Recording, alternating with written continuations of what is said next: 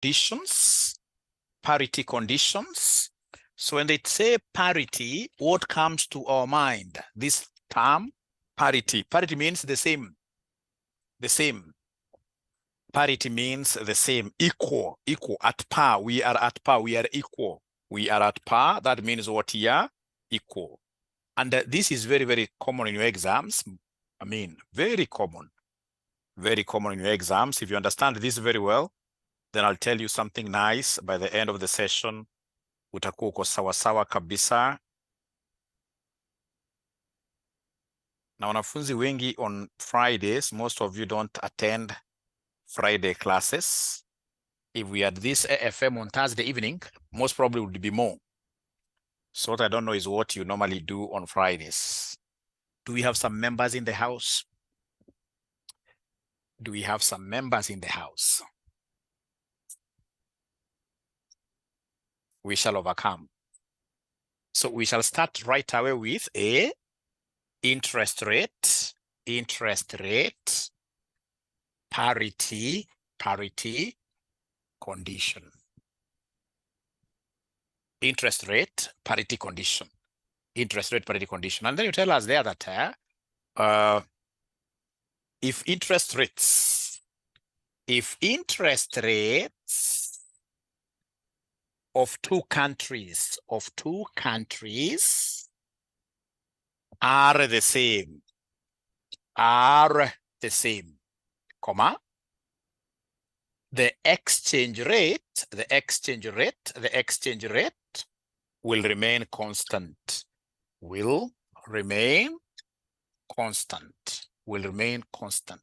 i.e. F will be equal to S. F will be equal to S, where F is forward exchange rate,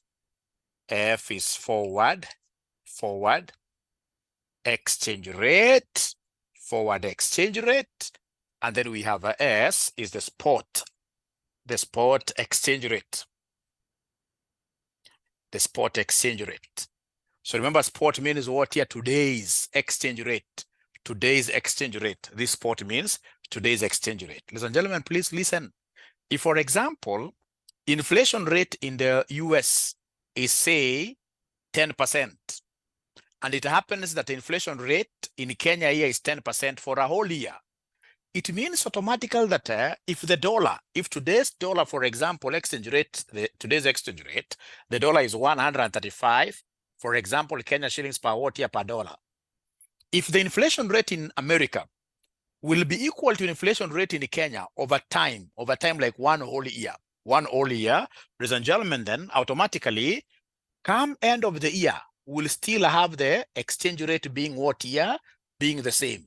Exchange rate being the same, meaning that interest rate is a big factor whenever it comes to exchange rate what year? Exchange rate fluctuations. Interest is a key factor. Because we know that these exchange rates will never be what year? Will never be the same. They'll never be the same because of what year? Fluctuating interest rates between what year? These different nations, Now, ladies and gentlemen, why I came here today is to show you something. Okay, can I rub this, ladies and gentlemen? Can I rub this very fast? Can I rub this? Yes, okay. So why I came here tonight is to sell to you something very easy. It's called the interest parity rate model. The equation, interest parity rate equation here. Equation. So we normally say that F equals S into 1 plus interest rate of country C all over 1 plus interest rate of country B. This pen of mine is not one of the very best, but we shall overcome. I'll get a better pen. I will get a better pen in a moment. So F equals S plus interest rate of country C all over 1 plus interest rate of country what here? Country B. Country B. So ladies and gentlemen, I would want us to contextualize this by looking at an example. So assuming that today S is 130 Kenya shillings per dollar. Kenya shillings per dollar. This is a spot rate, today's spot rate. And then they have given us interest in US, 3%, interest in US 3%, and then we have interest in Kenya. Interest in Kenya, Kenya is a useless country. Interest in Kenya, let's talk of 18%. So we are required here to determine F. Using this interest parity rate equation, determine F. Determine F. Let's determine F together. Let's determine F together, abracadabra. Let's determine F together, oh yeah. So the most important thing is that we have the formula here. This formula, not write it down again. This formula is yours. You can pick it. You can pick it. Now, here, the only thing that so many students are not able to know is how to define country C and how to define country B. The moment you know how to define those two countries, the numerator country and the denominator country, then you are at home. You have understood the entire question. Now, please listen. For you to know which one is the numerator and which one in this case is the denominator, you look at the expression of the spot given. So the spot which has been given here is 135 Kenya shillings per dollar. You see, per dollar means that dollar is denominator. Per dollar. All right, per dollar. All right. So ladies and gentlemen, in this case here, we have 135 Kenya shillings per dollar. So in this particular case, which country do you think, when you look at your expression here with your inner eyes, which currency or rather which country do you think is the numerator? Which country should go up? Is it America because America is a superpower? No, it depends on this expression. So you can see Kenya shilling is on top and the dollar is at the bottom here. So Kenya is on top. So basically here, when I write my forward exchange rate, this is how my forward exchange rate will look like formula. My forward exchange rate will be equal to S into 1 plus interest Kenya all over 1 plus interest USA, just to be together with this, in line with this. So Kenya goes up. I've seen somebody asking what this F stands for. F in this case here stands for forward exchange rate. Forward exchange rate. So I've been able to show you, basically, you have to always think like this. Kenya shillings per dollar. So Kenya shilling iko juu, dollar iko chini. So Kenya ndiko juu. So then abracadabra, go ahead and substitute. You great ninjas, go ahead and substitute here. You great ninjas, go ahead and substitute. So then if that is the case, my F here will be equal to, the spot rate is 135 into, we have 1 plus interest rate in Kenya. Interest rate in Kenya, we have it somewhere. 0.18. All over 1 plus interest rate in the US, which is 3%, 0.03. So abracadabra, go slowly there. You will say 135 times, of course, this bracket, even if it's 1, you have to handle this separately. Or first of all, you deal with the brackets, the brackets as per body mass.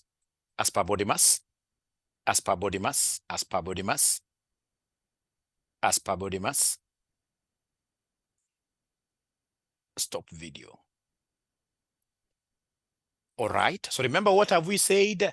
You must be able to see the expression of the spot rate. The spot rate is Kenya shillings per dollar. So if you write this it will be Kenya shilling on top, dollar down. So Kenya will be on top. So it will be spot rate, which is 135 times 1 plus interest rate in Kenya all over 1 plus interest rate in the US, like that. Then I have to get my calculator. I don't seem to see my calculator around here. I have it now. So then this is what I will do. I'll come and say 135 times, open brackets.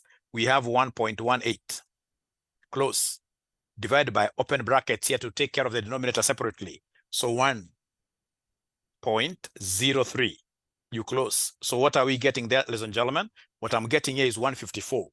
What I'm getting is 154. What I'm getting here is 154.66. In this case here, Kenya shillings per what year? Per dollar. Kenya shillings in this case here per what year? Per dollar. So then, ladies and gentlemen, what are you able to see here regarding in this case here, the Kenya shilling? Is the Kenya shilling gaining value or losing value? Gaining value or losing value? Because initially $1, we could get it for 135. Now we are getting $1 for what here, somebody? Quite a lot, quite more. So it's losing value. It's losing value because you can see now, you see initially, when you buy a dollar, when you have got fewer Kenya shillings buying a dollar, that means the Kenya shilling is gaining. Like right now, the Kenya shilling is really gaining, you can see in the market, all right? But if it was to move to 154, then we are losing. We are losing. We are losing. We are losing. Let me give you, ladies and gentlemen, another question here. You try this on your own. Let me give you a question. Let me give you a question here so that you get to try this on your own. And then we get to discuss something nice.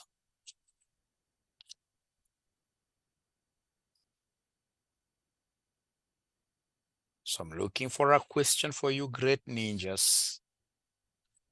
I'm looking for a question for you, great ninjas. Where is this question? Why is this question disappearing?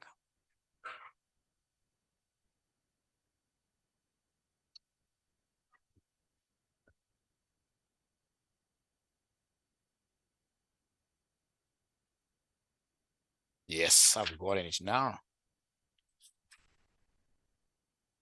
I think now I will be able.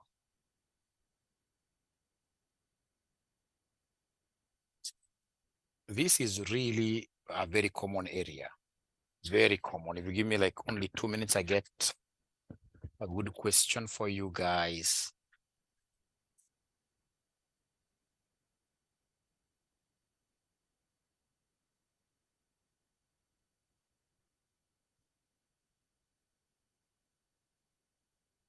This one, every student must understand this. If you don't understand this, then rest assured that next semester, I'll not teach you in a serious level.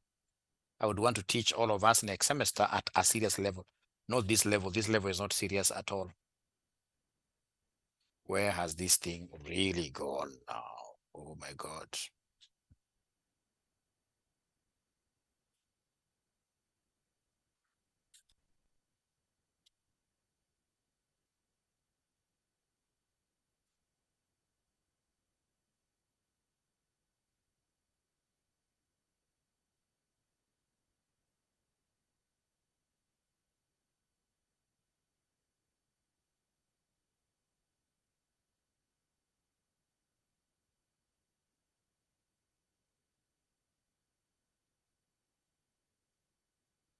All right, so here I am. Here I am. So we are writing there a question.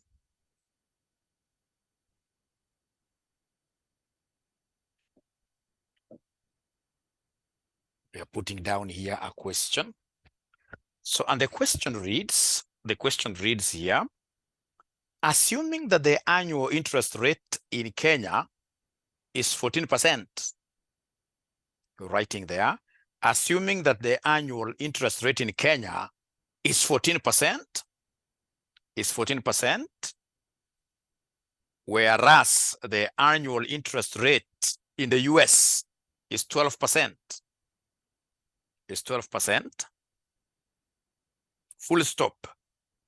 The spot rate is $1 US. Spot rate. The spot rate is $1 US equals $1 US equals Kenya shillings 106. Kenya shillings 106. So we are required here, we are required to determine number one, 1 year. Number one, 1 year forward rate. Yes, I'll be able to repeat 1 year forward rate, 1 year forward rate, 1 year forward rate. And then number two, 6 months forward rate, 6 months forward rate. So I repeat reading again the question. So we are told here, assuming that the annual interest rate in Kenya is 14%, whereas the annual interest rate in the US is 12%, And then after full stop, the spot rate is $1 equals 106 Kenya shillings. So we are required in this case here, ladies and gentlemen, to provide a 1 year forward rate and a 6 months forward rate. Abracadabra.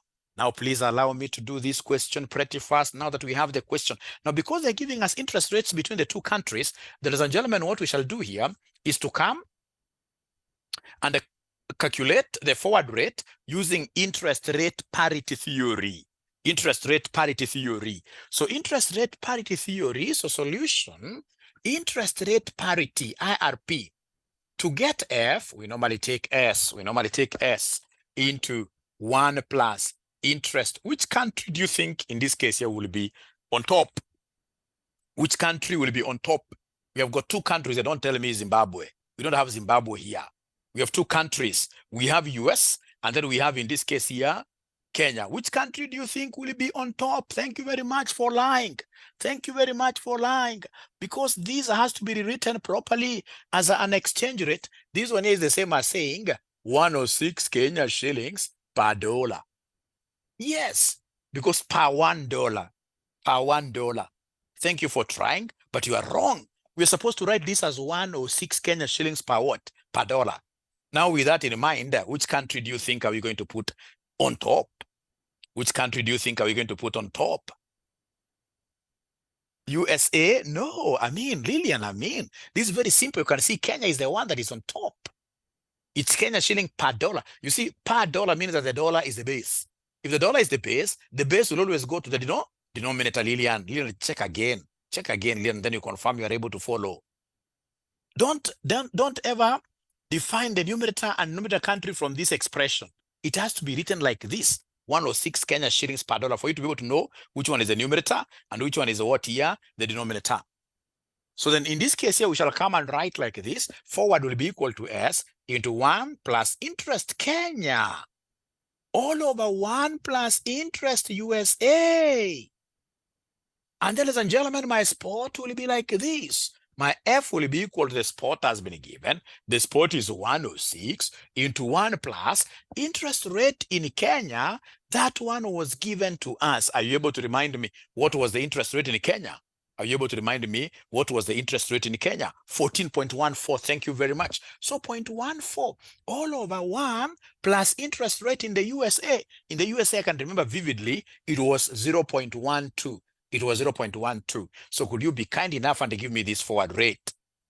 So you get your calculator. You get your calculator, and then you'll press like this. So we have 106 times open brackets, 1 plus 0.14, you close. You divide by open another bracket, 1 plus 0.12, you close. You say equals. I'm getting something nice. Is there somebody who's getting 107? Thank you very much, Stella Maria. 107.89, 107.89, 107.89, where you guys will lose a mark. You're not telling me the currency is involved. So it should be 107.89 goats. It cannot be goats. It's 107.89 Kenya shillings per who? Kenya shillings per who?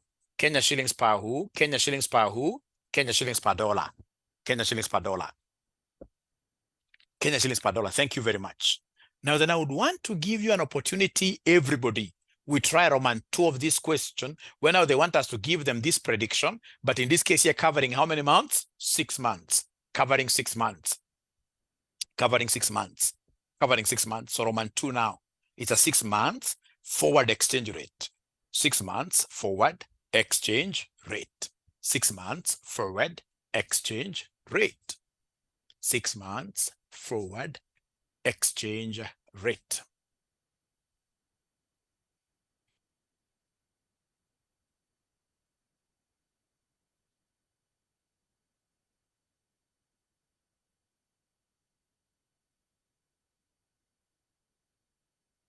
According to Bill Clinton, quite a nice name. 107, yes.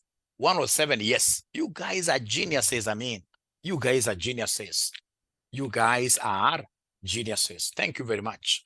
You see, everything else will remain the same, except for the fact that we are going to prorate these interest rates. We are going to prorate the interest rates. We are going to prorate the interest rates. Remember, this is an annual rate, and this is an annual rate. So when we are prorating, we shall only come and multiply this with 6 over what year? 6 over 12. Also, this one here times 6 over 12 like that. And then remember, this 6 over 12 is only punching the interest rate. It doesn't punch this one, because we are apportioning this to cover how many months? 6 months. We are apportioning this to cover 6 months. So then abracadabra with my calculator, this is what I will do with my calculator. I will come and say 106 times open brackets, let's say 1 plus 0.14 times 6 over 12. You close. You divide by open another bracket. 1 plus 0.12 times 6 over 12. You close. And then you say equals. I'm getting exactly 107, 107, 107. Never try to do these things like separately. You're doing this thing in your calculator. One stroke of a pen, you have an answer. So all of us now, are we together regarding that? 107? Are we together? All right. Thank you very much. All right, all right, all right. Thank you very much. And then now, ladies and gentlemen, please go ahead and give me what we call interest, not interest, but inflation rate parity. So B, inflation rate parity. Inflation rate parity. Inflation rate parity. Now, ladies and gentlemen, again, just like we said with the interest rates, if inflation rates are at par, inflation rates of two countries are at par, are the same, then the exchange rate between those two countries will never dance, will never fluctuate, will never fluctuate. So if inflation rates between the two countries are the same, So ladies and gentlemen, we are saying here that if inflation rates between two countries are the same, then the exchange rate between the two countries, exchange rate will remain constant, i.e. the forward exchange rate will be equal to the spot exchange rate. The forward exchange rate will be equal to the spot exchange rate. Remember, spot is today's rate. Spot is today's rate. Spot is today's rate. And that is why every government is so keen about the inflations in their country. Inflations in their countries. All these great countries will always ensure that the inflation rate in their country is minimized. Because if your inflation rate is minimum, then your exchange rate will be stable. Your exchange rate will be stable. So can I rub this, my friends? All right. Thank you very much, Nancy J. Thank you very much.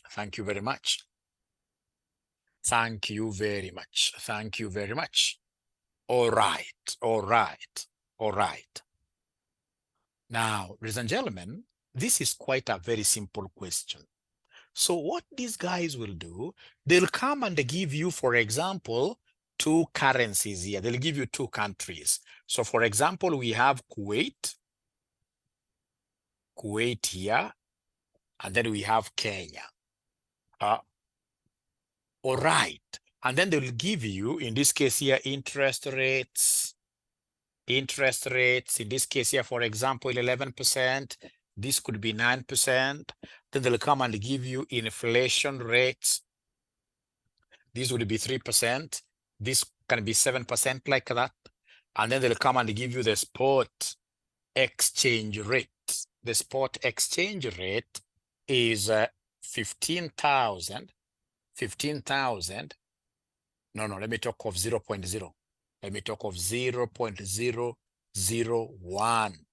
0.001 Kuwait dinar. Kuwait dinar per Kenya shilling. So Kuwait dinar per Kenya shilling. 0.001 Kuwait dinar per what year per Kenya shilling. And then we shall be required here, we shall be required to determine the forward exchange rate, forward exchange rate using inflation parity model. This has been tested not once, not twice, many times. So I would want to give you exactly 3 minutes, Then you get to give me your answer. I think I should reintroduce this model that I used to give you guys some cash. Until in this case, somebody started telling me that, Mwalimu, you know what? You are favoring girls more. So I said, to be fair to everybody, let me stop giving. Somebody really called and accused me. You don't give us, Mwalimu, nothing. And even those guys, they're the same. You don't diversify. You're not seeing us when we are lifting our upper hands or when we are writing our answers down there. So we shall overcome. So like now, this one here is going to give somebody a present. It shall give somebody a present, yes. This shall give somebody a present. Yvonne, I can see you are laughing hard. Perhaps you are sharing the same.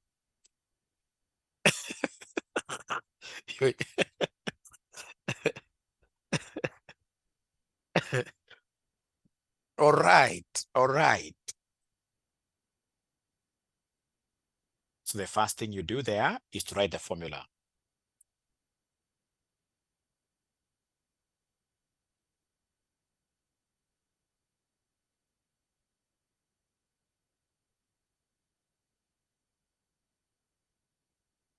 You know, Kuwait dinar is a very, very high value currency.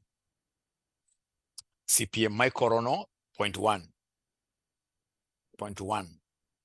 I like how CPA Maikorono is able to own up that title. I will never tell you that's wrong. That's how it's supposed to be. You're supposed to own those kind of titles early. Don't be cheated by anybody. So long as you don't advertise outside there like you're doing taxation, but you're supposed to be owning them. So like now, how do you call yourself straight away Shady? Sorry for using that example, but I mean, it should be CPA Shadrach or something like that. That's how you start visualizing yourself.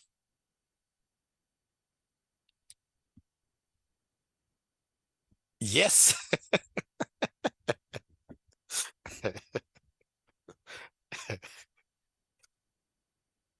We shall overcome. Sylvia, thank you for asking that question. Not many will be able to remember that the examiner here has told us to use what inflation parity. You know, it's inflation parity. So you can only use inflation, meaning that interest rates are what here? They are irrelevant. Interest rates are irrelevant. Is there any ninja that decided to use interest rates? Is there any ninja that had started? Is there any ninja that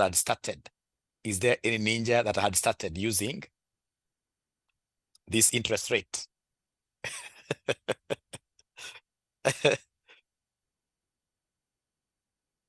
No, Shady. For our class, I mean, to be able to visualize that we are passing this semester, all of us were CPAs. All of us were CPAs here. Ndio naangalianga hata vile mmejisave kwa WhatsApp. Ona mwingine amejisave ati mama twins. Don't market yourselves that. This is social media.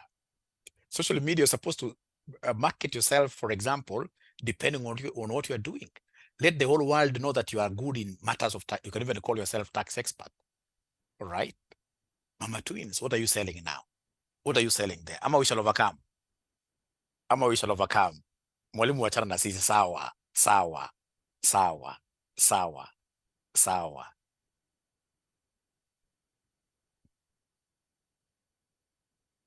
We shall overcome. Okay.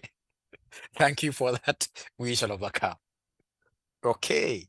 So, ladies and gentlemen, here we are. So, we are using this formula, F equals. So, we have the spot. This will be 1 plus inflation in which country? Inflation in which country will be on top? Which country will be on top here? Which country will be on top? Which country? Kuwait, yes. It will be Kuwait because of this expression. Kuwait. Kuwait dinar over Kenya. Kenya this time around is down. So in this case, is inflation Kuwait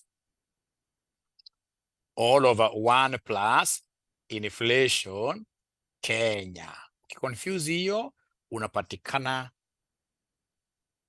vibaya sana. Kwa hivyo sasa S hapa itakuwa ni 0.01 0.01 into 1 plus Kuwait inflation. Kuwait inflation is 0.03 all over 1 plus inflation in Kenya 0.07. If you guys were to be very honest with me, is there somebody who used Kenya? Is there somebody who took Kenya on top? Is there somebody who took Kenya on top? If you are to be very honest with me.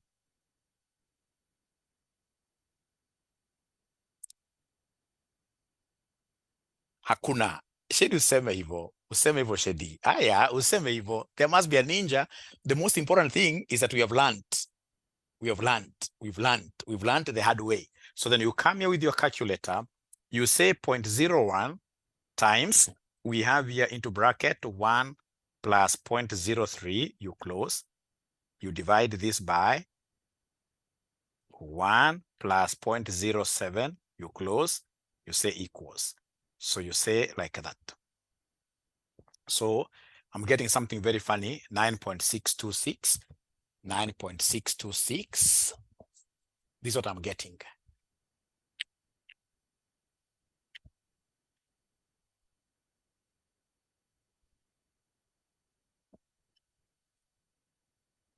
(9.26 times 10 raised to -3). In those old days when I was in Nanyuki High School, I had a very good teacher there. Aliniambia, ikiandikwa -3, you write 3 zeros like this. 926. And then in between the first 2 zeros, don't write any add another zero. In between the first 2 zeros, you put a decimal. You put a decimal like that. You put a decimal like that. You put a decimal like that. You put a decimal like that.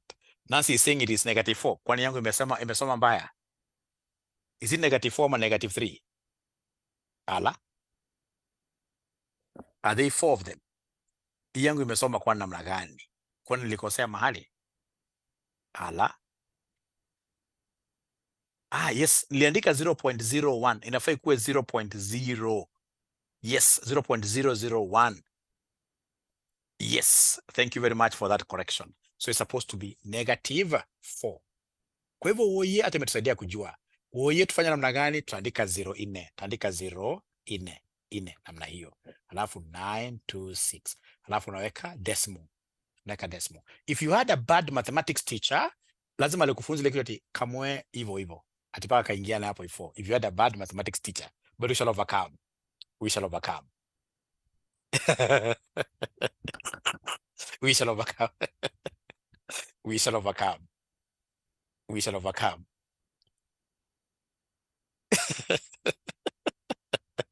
We shall overcome. All right. So in this case here, these are still Kuwait dinars per what here? Per Kenya shilling. Per Kenya shilling. Now, ladies and gentlemen, after that, now we go to the Fisher's equation. We go to the Fisher's equation. We go to the Fisher's equation. All right. Unajua utapata mwanafunzi hapa alifunzwa na si kwa ubaya. Alifunzwa akaambiwa ati body mass ati hii ni sawa na off. Hii sio off. in order. Like now, for example, 10 raised to power 3, the powers, indices, etc. Because you see kama ni off ni exactly the same as what you multiply, then that is, I mean, big mistake. But again, we don't want to look at the past, tulienda shule gani, lakini we shall overcome. Here we find ourselves. Here we find ourselves, we shall overcome. Life is very good. Life is very good. Life is very good. Life is very good. Sasa, tuende kwa Fisher's equation. Fisher's equation. Fisher's equation. Fisher's equation.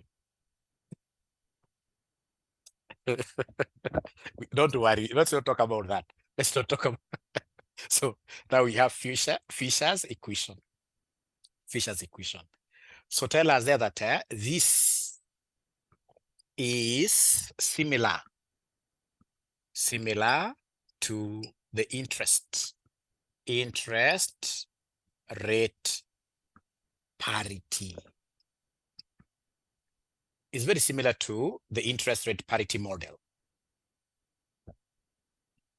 However, it uses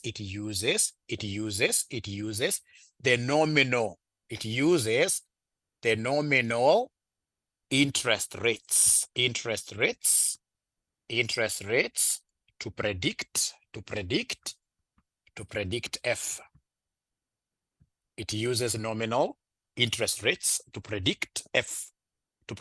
It uses nominal interest rates to predict F. To predict F.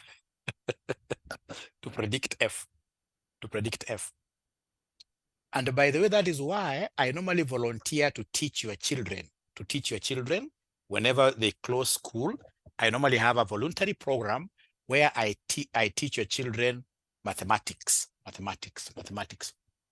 So I'll be able to tell you, like 2 days, I take them through mathematics. From Form 1 to Form 4, we lump them together. And then I take them through mathematics till they become very good. Okay. Sasa turudi hapa. Okay. Sasa tuangalie hapa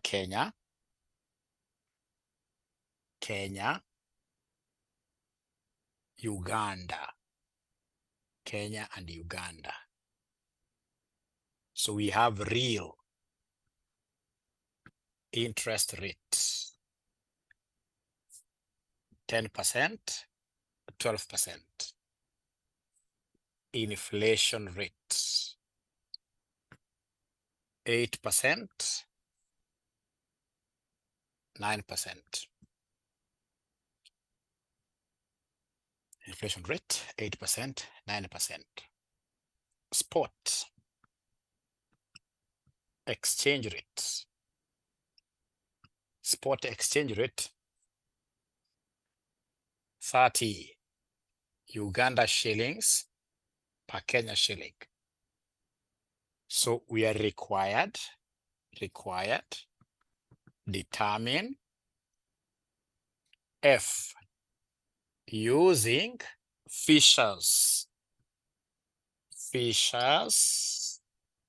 parity condition, using Fisher's parity condition. Determine F stands for forward exchange rate. F stands for forward exchange rate.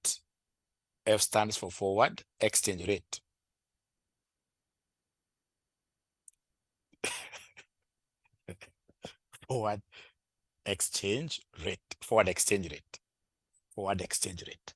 Now, abracadabra, imagine kitu sio ngumu. Na uzuri mshafanya Fisher's equation na Mwalimu David. Ukaambiwa Fisher's equation na Mwalimu David akakwambia namna hii. Fisher's equation tunasema 1 plus nominal equals 1 plus real into 1 plus inflation. Please write it in full. This is 1 plus nominal. N is nominal rate of interest. Nominal rate of interest. Yes, 1 in capital budgeting. Yes, same. 1 plus nominal rate of interest into 1 plus real rate of interest, and then 1 plus inflation. So basically go ahead and tell us that nominal then will be equal to 1 plus R into 1 plus I minus 1.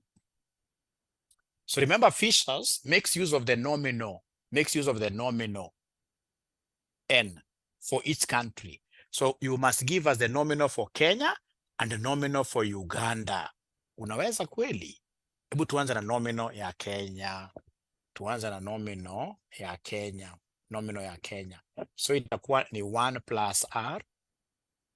1 plus R. So R, remember, R is the real. In Kenya, R is 0.1. R is 10%. Into 1 plus inflation in Kenya, 0.08. 0.08. And then whatever we shall get, we shall subtract 1. Whatever we shall get, we shall subtract 1. Whatever we get, we shall subtract 1 there.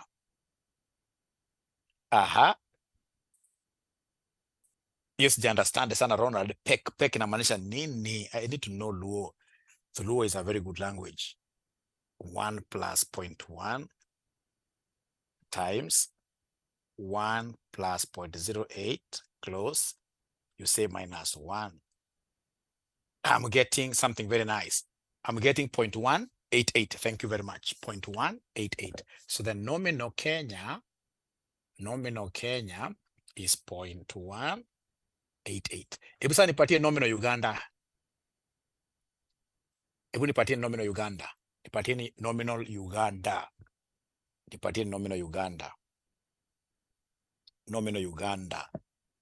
So nominal Uganda, I'm using the same formula. I have here 1 plus the real rate of return in Uganda is 12. You see 12% is 0.12. Into 1 plus inflation rate in Uganda is 0.09 minus 1 like that. So then this will give me 1 plus 0.12 close times into brackets. We have 1 plus 0.09, you close, minus 1 equals. So I'm getting 22, quite a huge figure, 0.2208. So these are the interest rates that I will be able to use. These are the interest rates that I'll be able to use in this case here to get my Fisher's forward rate. I can see good students already. I've got it. So everything else is the same as the other model. Everything else is the same. So come and write the formula. So the formula here is F equals S into 1 plus interest. So in this particular case, which country will go top? Which country will go tops? Is it Uganda or Kenya? According to the spot rate expression. Remember it is 30 Uganda shillings. Yes.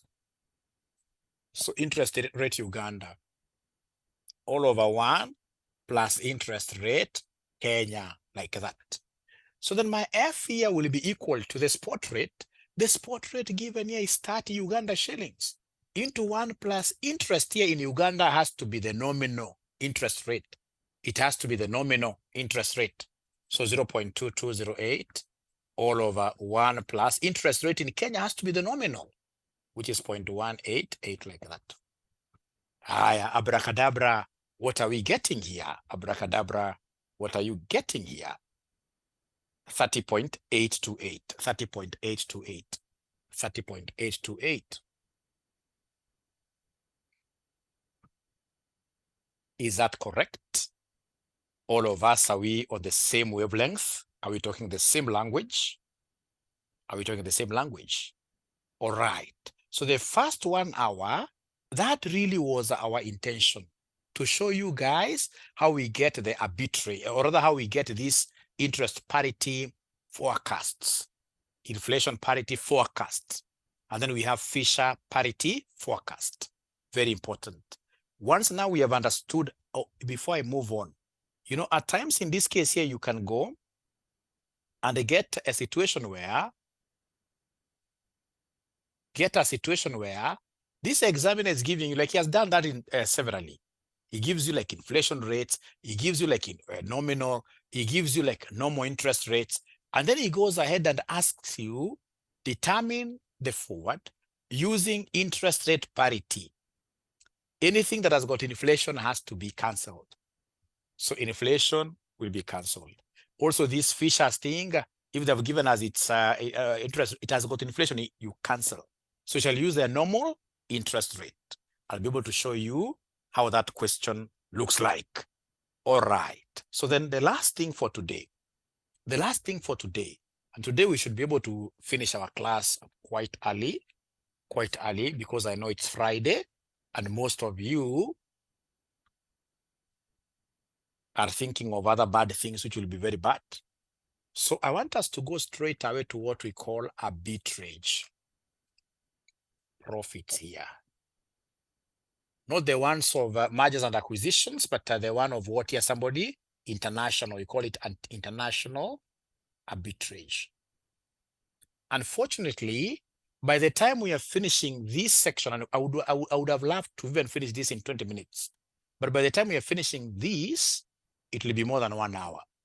So don't start celebrating. Don't start because you have to finish this. You have to finish this. So don't start celebrating. Stanley. Okay. So here we have 3 types of arbitrages. 3 types of arbitrages. We have in this case here first of all, what is arbitrage? Now, ladies and gentlemen, we talk of arbitrage profit whenever we earn risk-free profits here. So arbitrage profits are risk-free profits. Arbitrage profits are risk-free, profits, risk-free profits, and by an investor who exploits price differences of a commodity in different markets. So any investor who is able to exploit price differences of a commodity, like for example, we have bananas in Kisii. You get them from Kisii, and then you sell them in Nairobi. Then you'll be said in this case to be earning what here? Arbitrage profits, risk-free. And it is actually arbitrage profit when you don't put in any money of yours. You're borrowing. You borrow, buy, sell, return, in this case here, money to the person who has lent the money to you, and then of course you remain with profit. You're not taking any risks. You're not taking any risks. So we talk of arbitrage profits are risk-free profits earned by an investor who exploits price differences of a commodity in different markets here, in different markets. Great. Move aside. Thank you, Esther. Great. So once you finish, let me know. Let me know you're finished now, Esther, to write, so that I can continue. Great. Now, ladies and gentlemen, there are 3 types of arbitrage profits here. We have what we call locational arbitrage. Number 2, we have triangular arbitrage. Number 3, we have in this case here what we call covered interest arbitrage. Covered interest arbitrage. So locational, here we are going to have 2 currencies. Triangular shape. So triangle, 3 currencies. Here we talk of 2 countries or 2 currencies. 2 countries. Unakimbia Uganda, unatoa pesa huko, unafanya abracadabra, unaleta Kenya hapo na cover the things like that. So I've written up to here. Finished. Thank you very much. So hapa hakuna kitu, na ilikuja kama na semester hii allocation. Oi, wanafunzi wakaona giza, kitu rahisi, kitu ya kutumia akili tu namna hii, tena ile akili ya high school, akili ya high school. Ama wengi mlifanya high school kitambo sana hapa? Wengi mlifanya high school kitambo sana? Ah? No. Oh, 90s. Wow, Richard. Richard, what do you mean? Are you sure you were just Richard, you must be a young man. You must be a young man. You must be a young man. You must be a young man.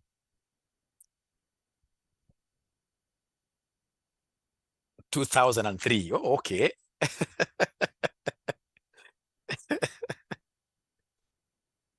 Ukiingia exam inakura haiwezi.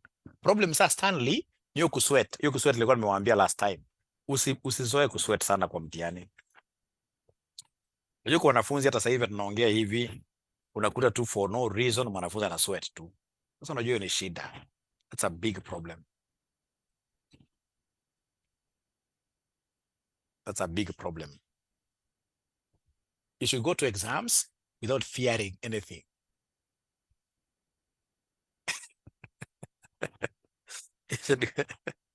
I'm still children kumbe.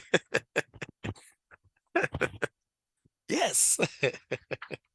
The attitude said yes, I also like that. Ukiogopa sana, anything ambao unaogopa zaidi itakuuma. Mimi nakwambia ukweli, usiogope sana. Just a minute, I'm trying to get the questions so that we tackle 3 of them and then we shall be good to go. Yeah, mention there illustration. Children, illustration, okay. Illustration. Consider a Kenyan investor. We are writing all of us. Consider a Kenyan investor who has Kenya shillings 500,000. Consider a Kenyan investor who has Kenya shillings 500,000. Great, Ronald, great.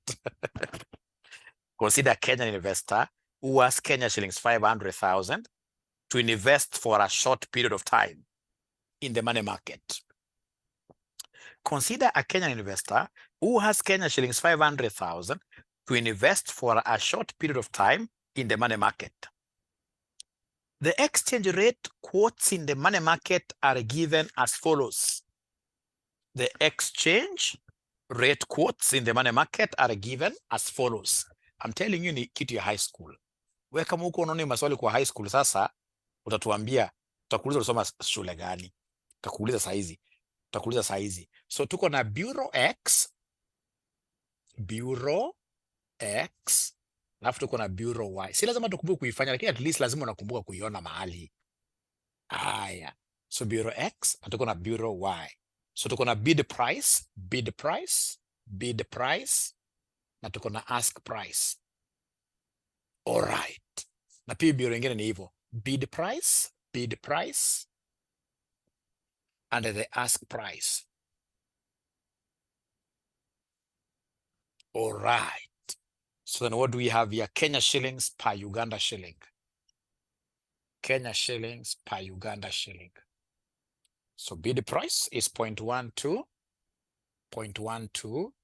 Ask price is 0.13. Ask price is 0.13. Bureau Y, bid price is 0.14. Ask price is 0.15. Required. Determine the gain from allocational arbitrage. Determine the gain from allocational arbitrage. Determine the gain from allocational arbitrage to the investor.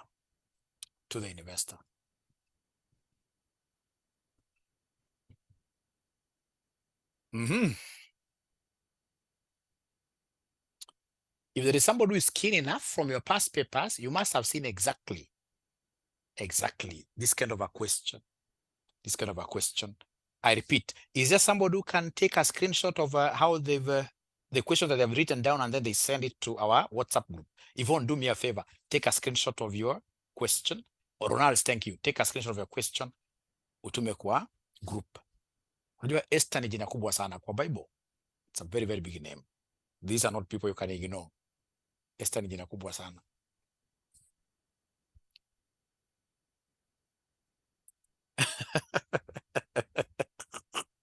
All right. Mbona tukia Shedi we? Shedi vile ameandika inafaa kuwa Shadrach. Jina mama yangu. Lenny. And I hope Lenny, your mom is doing well. All right. All right. All right. All right. All right. Yeah. Shedi vile andika Shadrach. Inafaa andike in full CPA Shadrach. Hiyo Shedi hapana. Shedi tunakataa. So that I hope you guys have been able to write that question down very well. Chirichiri una spoil jina Esther eh. Uongo Shedi. Uongo. I'll need to see your ID card wewe. Uongo. Aya, sasa mi nitavuta hii swali kwanza yote. Nataka niwapeleke polepole sana in a very friendly way. If there is a day I would want you to be my friend, it is today. Don't be a friend of mine in any other day. Today, be a very good friend of mine. Be a very good friend of mine. Today, be a very good friend of mine. Yeah, those jokes are very nice. We shall overcome. Now, so I want you to be a very good friend of mine. Let me see my friends here. So we have in this case here, Ronaldo. Don't, if you're writing this, write this at the back of your books or somewhere else. I don't know where. Rough work. Notes zetu. So Ronaldo, of course, Ronaldo is a classmate of ours. So we are aware that Ronaldo is a Kenyan. He's a Kenyan. Ronald has received $1 million. So then Ronaldo would want to go and exchange this money in some bureau. So he goes to a bureau. He sees a bureau that has got a good red plate. Inamulika namna hii, red plate. So imeandika hivi 130 to 132 Kenya shillings per dollar. These are the exchange rates. So we are required here to determine the amount he will receive. Determine the amount he will receive. Determine the amount he will receive in Kenya shillings. Ronaldo. Aya, abracadabra. Niambieni hapa itakuwa ngapi? Aha. Hii aviator inamaanisha nini? Naona ikiandikwa sana aviator. Inamaanisha nini? Aviator or something. Hiyo maanisha nini? Hiyo mtanifunza hiyo. Tumesema leo ni marafiki. Mtanifunza hiyo inamaanisha nini? Unacheza na pilot or it's an investing tool. Ni moto. International investment, okay. Mtaniambia kama kuna pesa tuwekelee, ingawa siwezi wekelea, lakini sababu sasa tunaongea kuhusu finance, lazima tuangalie mambo ya risk na tuwekelee tukue international investors. Mwenye ako sawa kubet hiyo inafaa niambie. So 130 to 132. So niambieni ukiangalia vizuri sasa huyu Ronaldo atapewa pesa ngapi? Na hii bureau. Please fungua roho yako kabisa. Leo nataka tuzungumze ile one on one like this. Usiogope chochote. Wewe niambie. Yuko mwana kwa kiniambia mwalimu ati bureau itachukua average at 130 plus 132 divided by 2. Alafu ndio bureau itampati on the base of the average. Hiyo ni uongo na usijaribu kuniambia hiyo. Hiyo ni uongo. So ladies and gentlemen, one thing you're supposed to know here is that buying and selling of currencies is normally a role of what here? A role of the bank. It is the bank that normally buys and sells currencies. Let me teach you something that you have never known today, a shortcut of knowing this. For you to be able to know between the two, which one is the buying rate and which one is the selling rate, you look at the position of your home currency. Ronaldo is a gentleman that we know here is a Kenyan. So his home currency is Kenya shilling. His home currency is Kenya shilling. So where is Kenya shilling? Kenya shilling is on the left, is on the left side. So if Kenya shilling is on the left side, then the number on the left becomes the buying rate. So this will be the buy rate, the buying rate, and this will be the selling rate. So it depends on the position of your home currency. These are not cows. You know, it's in Maasai land where we say that I'll buy a cow for 15,000 and then I sell it for 18,000. I'll buy a cow for 15,000 and then I sell it at a higher rate. So these are not cows. Never tell me that always, Mwalimu, the lower rate will be buy and then the higher rate will be sell. It doesn't work like that. There is some logic here. If, for example, I go and get somebody writing something like this, 30 to 32 Uganda shillings per Kenya shilling. Which rate from the Kenyan context do you think will be the buying rate? 30 or 32? Which rate? Which rate do you think? 32. Because you always work with the position of your home currency. So kama sasa hapo unatingiza mkono, hata kwa exam nataka kuona wanafunzi wakitingiza mkono, bora usigonge neighbor. Unaona, unajiuliza where is my Kenya shilling here? It is on the right. Unatingiza mkono mnai kabisa. So the right figure, this figure here on the right becomes the buy. That's how you chase your buying rate. Ukiconfuse unapata zero entire question. So ladies and gentlemen, in this case hapa tuko na 32. This 32 becomes the buy. This becomes the what here? The sell. So buy versus what here? Sell. You can see now the example of the cow. Don't tell me, it depends on how. Normally it's about which currency is weaker. If the country that you were making reference to has a weaker currency than yours, then automatically you do things the opposite way. Like now, Uganda currency is a weak currency. It's weaker than Kenya currency. That's why we are doing things abracadabra, the opposite way. So the opposite way, we are seeing, ladies and gentlemen, a situation where buy is here, and the sell is here, like that. So buy and what here? Buy and sell. So always the home currency, where the home currency is, Kevin, yes. The position of your home currency, we shall always be following that position to know our buy. But again, if you get a bad examiner like myself, there is a time, those days when I used to set, nowadays I don't set. I think I became a bit old. So you give them two countries, you give them like France and Uganda. And then you tell them that Yvonne is the investor and Yvonne is a Ugandan. You see, already you have defined the residence of Yvonne. She's a Ugandan. So in that case, then I'll be shaking my hand towards the Uganda shilling. So when I did that one time after Kasneb exam, about 4 students called me immediately. Shake a hand.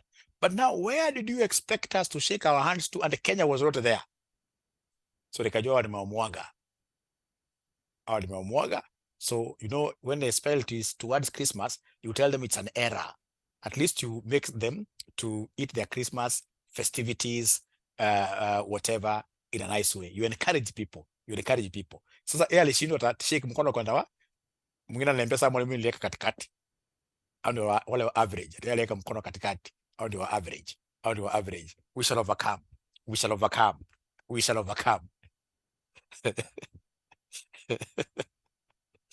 International disaster, yes.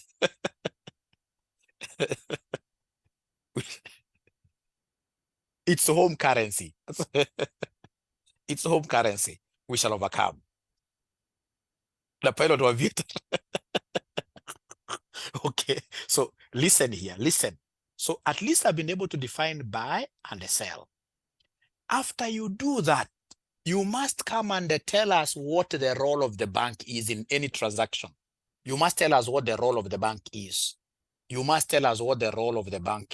What is the role of the bank? Now, please listen. Ronald has gotten $1 million. So what Ronald will do, of course, him being a man from Nyanza, he must be having a very good briefcase. If he doesn't have one, he's not from Nyanza really. So what Ronald will do, will arrange this 1 million US dollars, put them in his nice briefcase, walk majestically to Equity Bank, perhaps Equity Bank. I love Equity Bank. It has saved me out of many situations. Equity Bank, because they're expensive but very nice. So he walks to Equity Bank. So what will Equity Bank be doing regarding this transaction? I can see Ronald selling to them the dollars. So the bank will buy the dollars. I can see them. You must be able to visualize. So the bank will buy the dollars. So the bank will buy the dollars.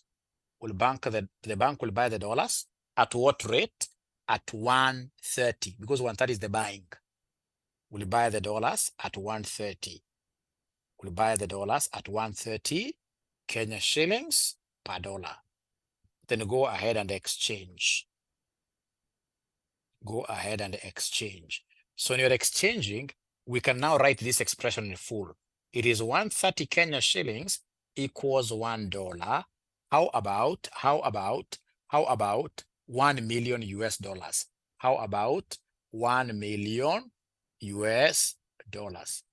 How about 1 million US dollars? So then that will give us 100 what here? 30 million. Or bank buying, no problem. So I'll get 130 million US dollars. Remember, this money belongs to who? It belongs to Ronald's. And Ronald's, in this case, he would want what? Would want Kenya shillings. So then Ronald will take this money to the bank, and you can see he'll go and place his executive bag on top of that counter. Of course, in short, I'm trying to imply that the bank will buy from him, because you must look at the role. What is it that the bank is doing in this foreign transaction? The role of the bank. The bank is buying. Don't tell me that Ronald is selling. Ronald, in this case here, in this particular type of examples, international markets, Ronald is but just an Ochugunu. Ochugunu is a small animal. We are looking at the bank. The bank in this case is the big thing. What is the bank doing in this transaction? So the bank will buy. The bank will buy. The bank will buy. So I hope that Janet helps a little bit, but we shall overcome. We shall overcome. Now, let me see this. Let me see this. Let me see this. Let me give you one question you try. So we have one student in this case here who is, I'm using examples of our students here.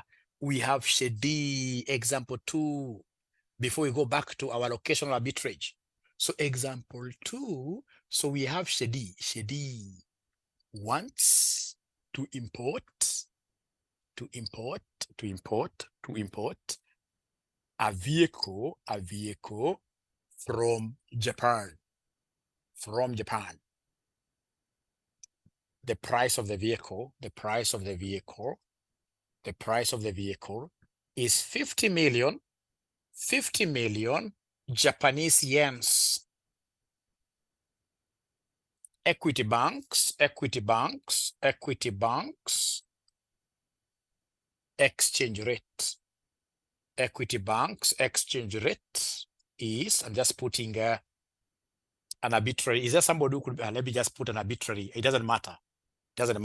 So equity banks exchange rate is 0.01 to 0.015.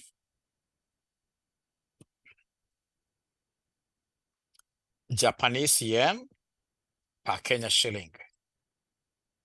So we are required to determine the worth of the vehicle. The worth of the vehicle in Kenya shillings. The worth of the vehicle in Kenya shillings.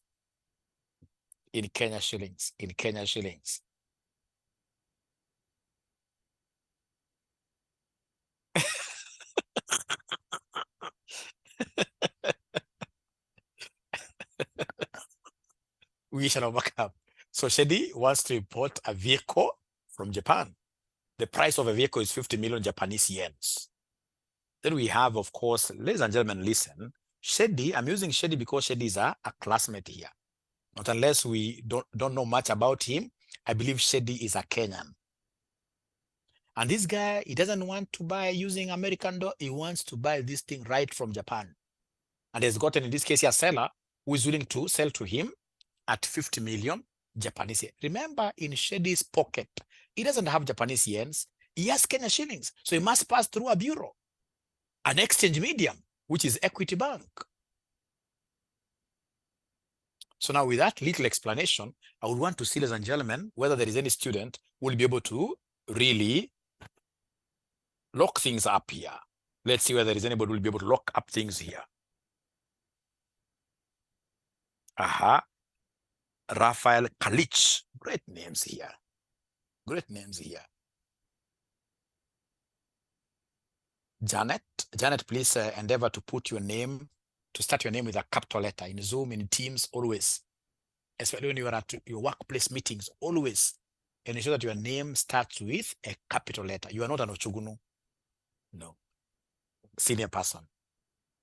And it's not her alone. I can see so many guys here who don't care. There is a place there where you change the name, your name.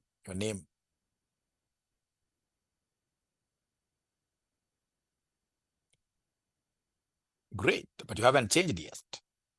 Lizzie Muteto, 750,000. Stella Marie. Then we have Ken. All of them are saying 750,000. Now, please listen. I'm 100% sure you guys will not be correct, simply because nobody followed the procedures that I gave them. Nobody followed the steps that I gave them. Nobody. So kwanza kabisa, tingiza mkono. Tingiza mkono.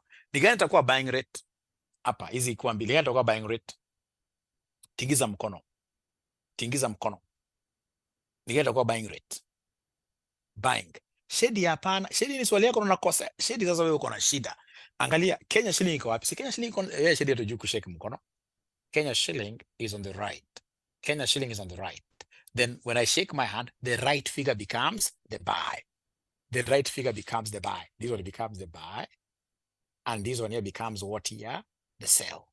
So kwanza tuko pamoja paka hapo kwanza. Tuanzie hapo kwanza. Paka hapo kwanza tuko pamoja kweli. All right. Now from there, go ahead and go to the second step. Do the second step. The role of the bank. The role of the bank. So the role of the bank. So in this particular transaction, what do you think will Equity Bank play? Which role do you think will Equity Bank play? Are they going to sell or buy?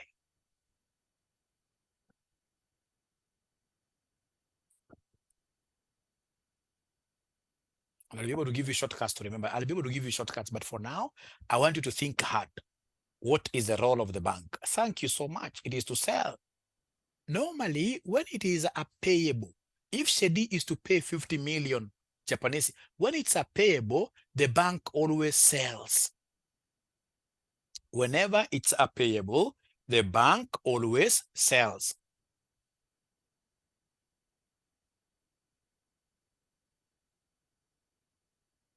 Whenever it is a payable, the bank always does what here? Sells. I hope you would get some place there to write. How I wish you could write that. That for foreign currency payables, the bank will always sell.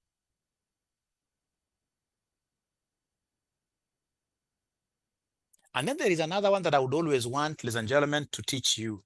Another one that I would want to teach you, ladies and gentlemen, I'm so sure you guys are not aware of this, but we shall be coming to it, that we have something we shall be calling foreign boyfriend. A foreign boyfriend buys dinner. Foreign boyfriend, please write that somewhere in capital letters. A foreign boyfriend buys dinner. Write that the way I'm speaking, the way I'm saying it. A foreign boyfriend buys dinner. So what about local boyfriends? Is it possible? Is it easy for you to get a local boyfriend, girls who are around here, baby girls who are around here? Is it possible for you to get a local boyfriend who can buy you a nice dinner? Not unless at your very initial ages of dating. But after some time, we don't like wazungus. Wazungus yata waze. They go out and have dinner. They go out and have dinner. Stanley. So foreign boyfriend, they always buy dinner. They always buy dinner. And we shall be seeing later on that if it's a foreign receivable, if it's a foreign receivable, the bank buys. The bank buys. So ukisikia kwamba Shedi is to receive foreign currency, you have to remember that thing very fast. Foreign boyfriend buys dinner. But it shall come out clearly when we go to the next topic called derivatives. We shall be doing what we call money markets. But for now, I would want you to appreciate that a foreign payable, the bank sells. A foreign receivable, the bank does what here? The bank buys. The bank buys. The bank buys. Very, very important. If we are able to understand this, then we are very good.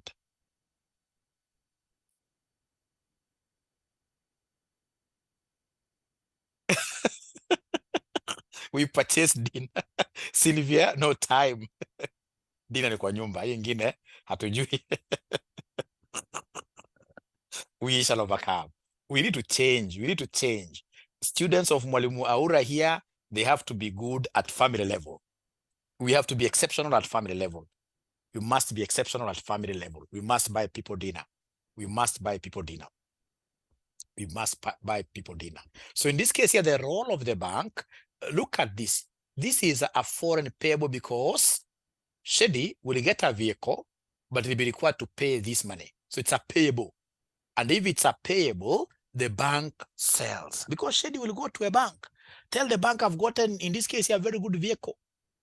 But this guy wants to sell this vehicle to me in Japanese yens. And then Equity Bank will tell him, relax, Stanley.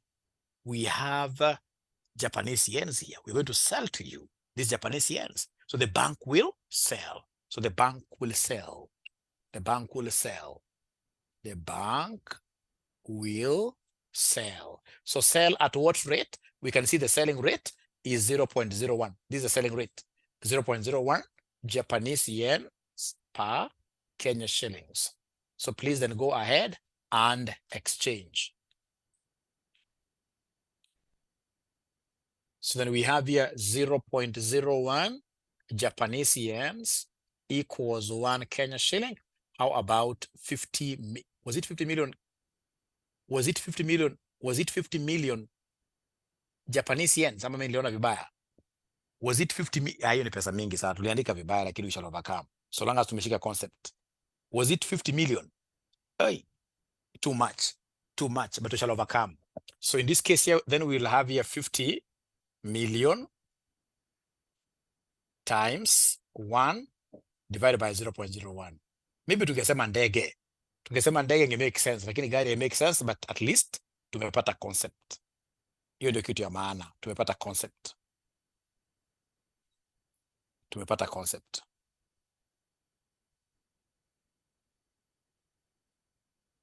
All right.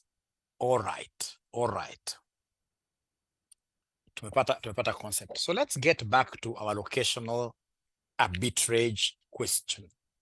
Let's get back to our locational arbitrage question. So we have exchange rates there. They have given us, ladies and gentlemen, they have given us good things there. They have given us Bureau X. So Bureau X has got bid price.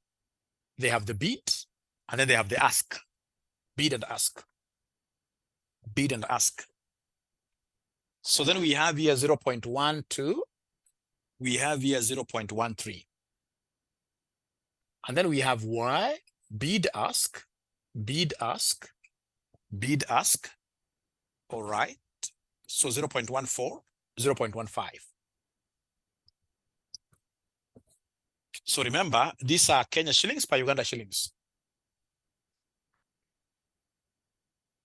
Now, ladies and gentlemen, it becomes very hard for you to work with this language of bid and asking. It's a very technical language. The very best way, tingiza mkono. Tingiza mkono. I mean, assume hapa kuna dash. Assume hapa kuna dash na hapa kuna dash.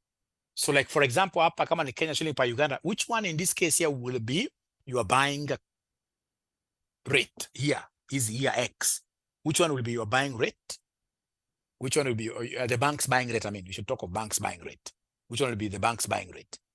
0.12. Yes, because you can see here, Kenya shilling is on the left. Kenya shilling is on the left. Kenya shilling on the left. Whenever the bank wants to bid, it means they want to buy. But that should never confuse you. So know that this is buy and this is sell. This is buy and this is sell. Kwanza paka hapo, tuelewane kwanza.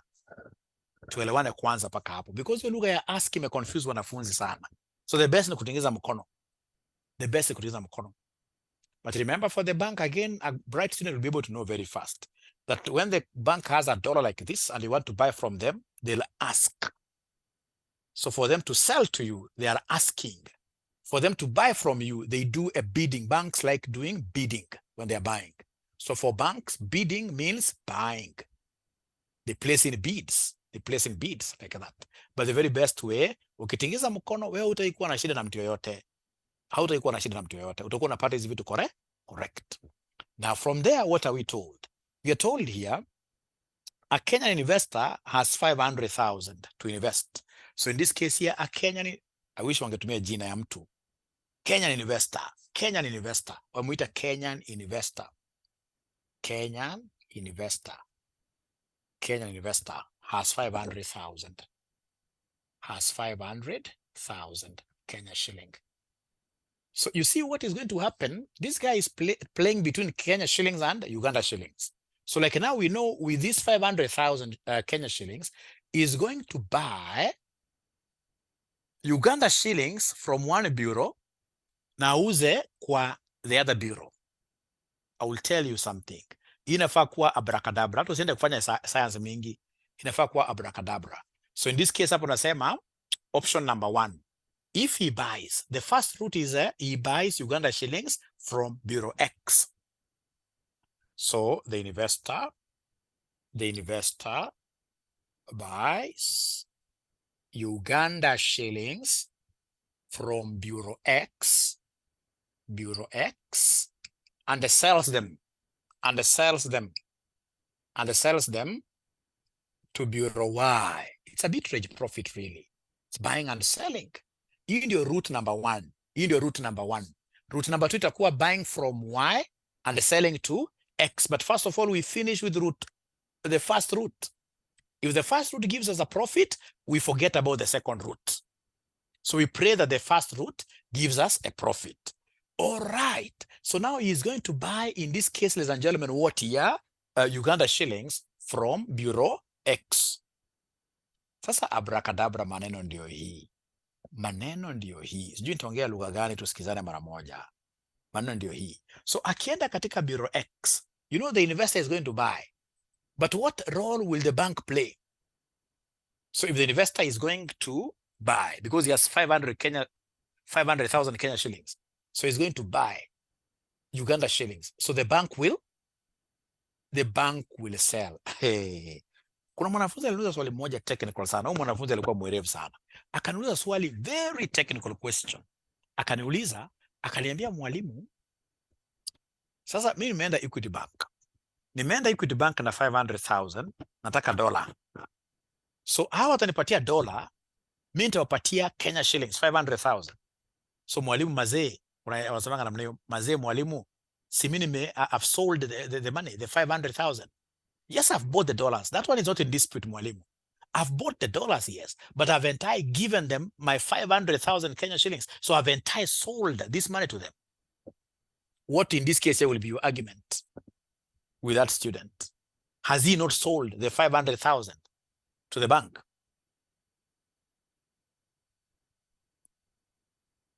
It was quite a technical question, very tricky question, very technical.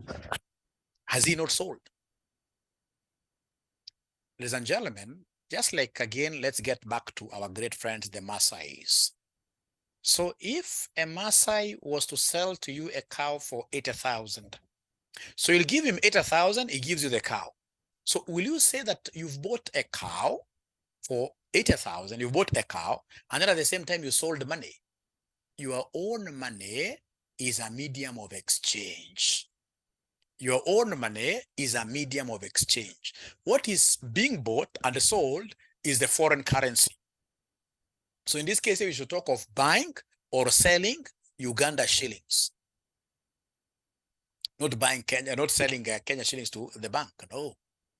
So in this case here, the investor is going to buy Uganda shillings from X. So who has this foreign tradable thing? It is X. So in this case here, we are saying here that Bureau X will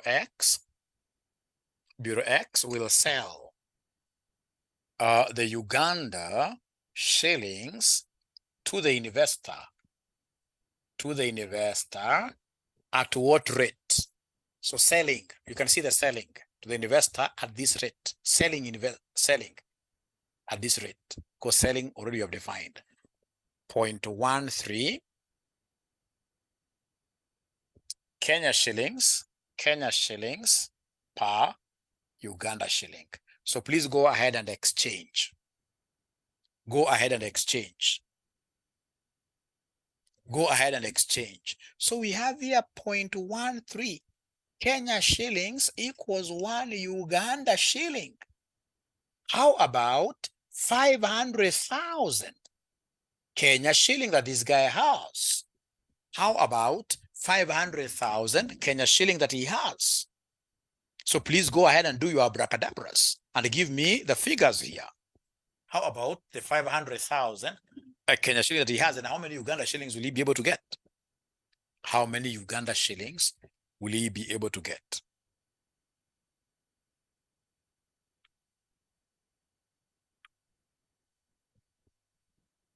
Abracadabra.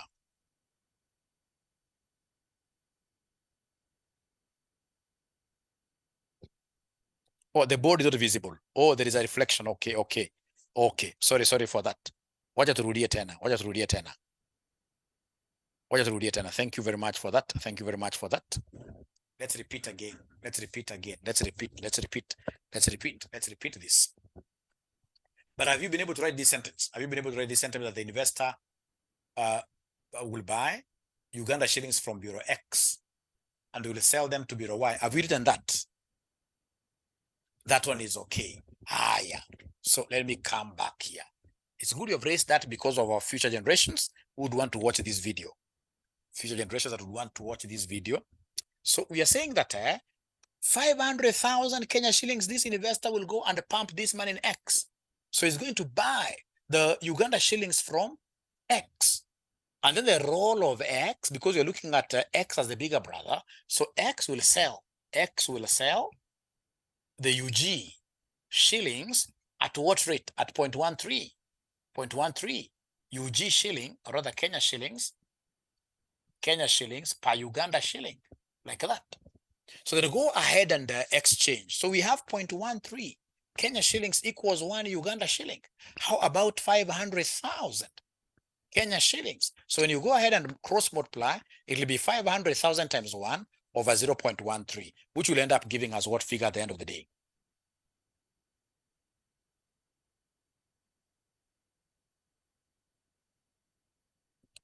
Masli, itakuwa pesa mingi hivyo kweli? Yep, when you divide, itakuwa pesa mingi hivyo. 3,846,000 153.84 153.84 Uganda shillings. Now, ladies and gentlemen, after that, now we have been able to procure these Uganda shillings. We want to make an arbitrage profit. So we go with this money to Y. So we go with this money. We are the ones now who have these Uganda shillings to Y. So what do you think will Y do in this transaction? What do you think will be the role of Y? Is it to buy or to sell? Abracadabra. Is it to buy or sell? Remember now, we are the ones who have the hard currency. So if you have the hard currency, then you're right. So in this case here, straight away, go to Y. And sell the above.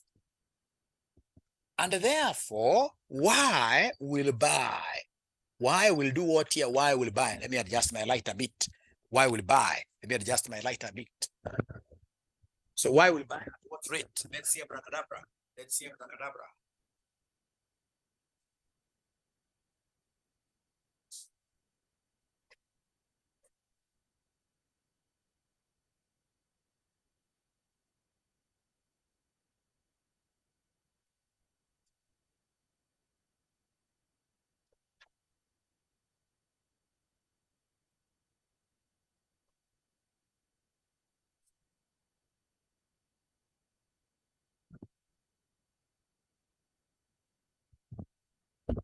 Nimekanyonga. I hope they'll be able to see. Hapo sasa, great.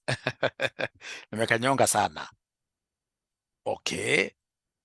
So in this case here, Y will buy. You can see Y there. Y will buy at 0.14. Y will buy at 0.14. At 0.14. So Y will buy at 0.14 Kenya shillings per Uganda shilling. Because we must define these currencies in the context of what is the bank going to do. And we've been able to define the buy and sell. So you can see why now is buying at 0.14. So please go ahead and exchange for me. Go ahead and exchange for me. Abracadabra. So go ahead and exchange for me. Go ahead and exchange for me. So if you go ahead and exchange for me, what do we have here? Abracadabra. What do we have here? Abracadabra. What do we have here? Abracadabra. So we shall have here 0.14 Kenya shillings equals 1 Uganda shilling. How about this much currency that you have here? 38, 46, 153.84 Uganda shilling. How about this? So it will be 0.14 times 38, 46, 153.84. Which will give me how much, ladies and gentlemen? I'm alone. 538, 461. So this gives me 538, 461. Now remember, these are what here? Kenya shillings. These are Kenya shillings. So is there somebody who is seeing a profit? Remember, we began with how much in terms of Kenya shillings. Remember, now we are back home. We've come back home here. We've gone round and we've come back home.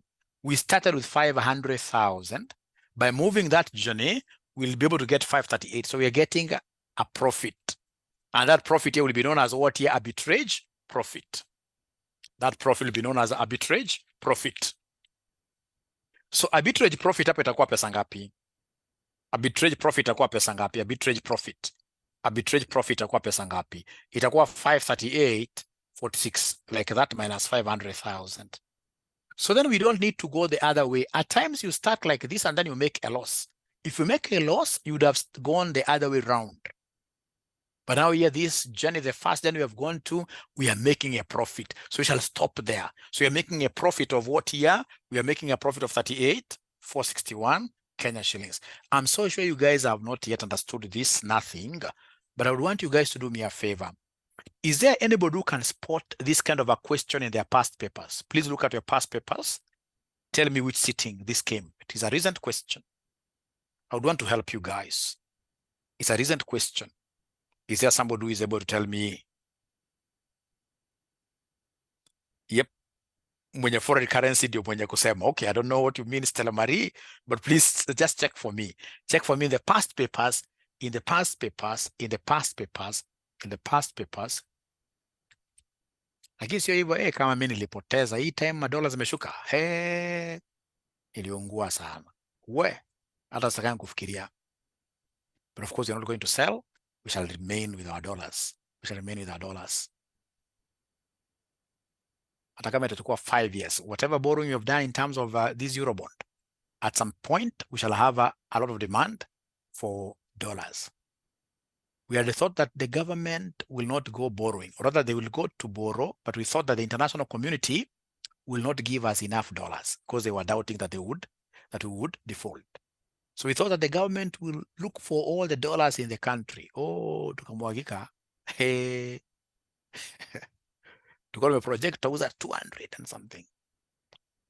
So is life. So December 2022, question number 3B. Are you sure? Nana niambia ukweli. Ile imeandikwa locational. Nataka utafute imeandikwa locational arbitrage. You're gonna bid ask. They're not two, it's only one. Bid ask, it's only one. They're not two.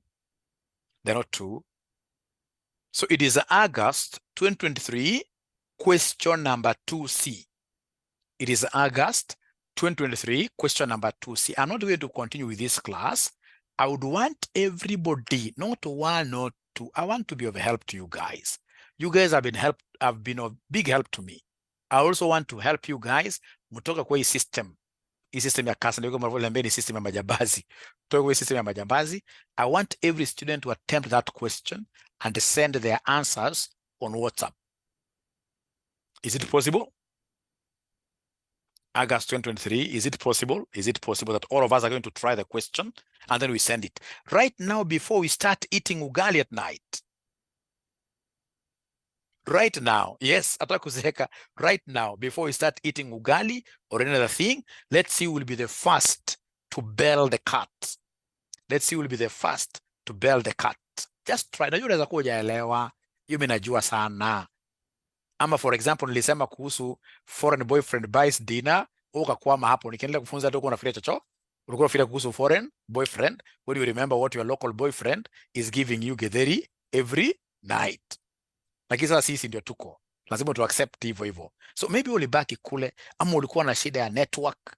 Network imekusumbua kweli kweli. But at the end of the day, ladies and gentlemen, please ensure that all of us are trying that question and you're putting, even if you don't get it right, it doesn't matter. So long as you try and put it on WhatsApp.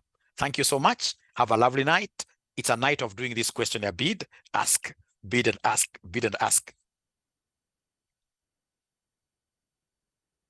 A good question from this gentleman, Kevin Wanjala. Let's talk about this. Was it necessary? Ruth anasema, that's me. We shall overcome. I hope that gentleman is not there. He may hate me for life. Mwambie tafadhali mwalimu ni jokes nasemanga tu. Sitaki tukupatana na wewe siku nyingine na bwana wako kwa barabara. Bwana kaniambia kama mwalimu ni kale kanatuchomeanga kama mwalimu. Hapana. We normally use those examples for just class. Nowhere outside. Nowhere outside this classroom. Which question? Please tell Esther, which question are we doing? The handout already nikosha kupatia. Nishakupatia handout Madei Ali. Nishakupatia handout for this topic. We must style up. BMM is saying that local boyfriends, we must style up. Thank you so much. So I'm looking forward to getting those. I'll be so happy today. Nitalala vizuri sana. Nikiona wanafunzi hata kama wamepata wrong, so long as wametuma. Thank you so much. Be blessed. Bye-bye.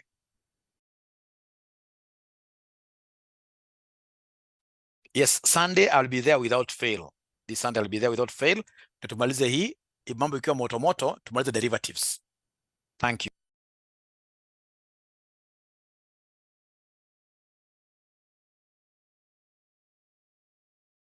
Teacher, answer this. Let me see which one is this.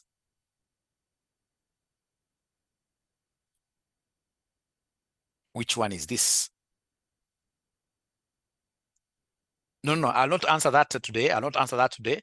Today, I would want us to answer the question that I've given you. When I come back, I like separating these sessions with our investment sessions. Because even this particular trading, forex trading, we have to look at which ones are legit. Very hard to know, but I'll be able to take you through a session on that. Thank you. Good night. Bye.